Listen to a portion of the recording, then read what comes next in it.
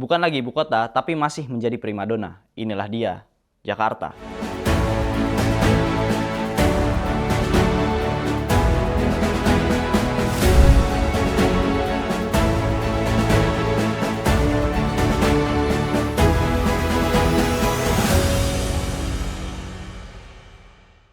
Perang bintang digadang akan terjadi pada Pilkada Jakarta kelak.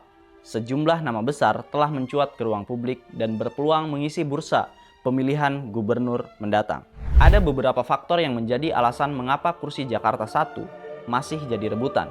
Yang pertama, meski tak lagi menjadi ibu kota, Jakarta diproyeksi tetap akan menjadi pusat perputaran uang nasional dan kegiatan perekonomian nasional. Kepala Biro Perekonomian dan Keuangan Sekretariat Daerah atau Setda Provinsi DKI Jakarta, Muhammad Abbas, menjelaskan sekitar 70% uang nasional beredar di Jakarta. Kontribusi ekonomi Jakarta untuk nasional pada 2023 mencapai 16,77%. Lalu kontribusi inflasi 20,47% dan kontribusi investasi sebesar 11,70%. Di tengah tingginya ketidakpastian ekonomi global, perekonomian Jakarta pada 2023 tumbuh sebesar 4,96%. Berdasarkan proyeksi Bank Indonesia pada 2024, Jakarta diproyeksikan tumbuh pada kisaran 4,8 hingga 5,6%. Ini menjadi tanda Jakarta cukup memiliki peran strategis terhadap perekonomian nasional.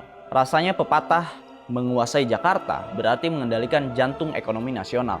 Mulai patut dipertimbangkan. Yang kedua, Jakarta juga menjadi pusat sorotan media nasional. Problem Jakarta telah menjadi konsumsi harian bagi media mainstream, seperti banjir, kemacetan kota, polusi udara, hingga berbagai hiruk-pikuk di dalamnya. Berhasil atau tidaknya memimpin, seorang gubernur Jakarta akan selalu populer di level nasional. Poin ketiga atau yang terakhir, yakni kursi Jakarta 1 digadang menjadi batu loncatan politik dengan daya tarik yang kuat bagi para politisi untuk berkancah di level nasional. Dengan jumlah penduduk mencapai 10,84 juta jiwa pada 2024 dan diproyeksikan menjadi 11,08 juta jiwa pada 2029, menjadi basis suara yang cukup banyak untuk kemudian menjadi bekal maju ke kontestasi presiden pada pemilu 2029.